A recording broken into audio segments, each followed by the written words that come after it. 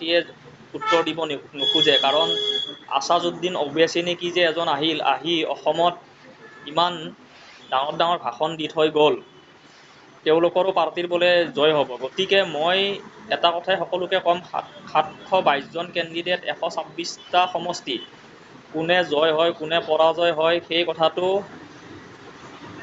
মে'ৰ 4 তাৰিখেহে আমি গম পাম।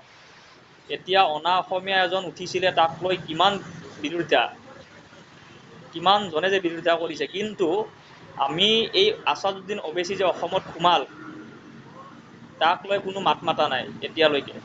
গতিকে অসমবাসীয়ে এই কথাটোক লৈও চিন্তা কৰিব লাগে যে আছাদুদ্দিন অৱেইচিয়ে কিয় আহি কিনে কৈ গ'ল। আছাদুদ্দিন অৱেইচি নেকি এনেকৈ আছিলে মানুহজনৰ নাম, সঠিক ময়ো ভালকৈ নাজানো।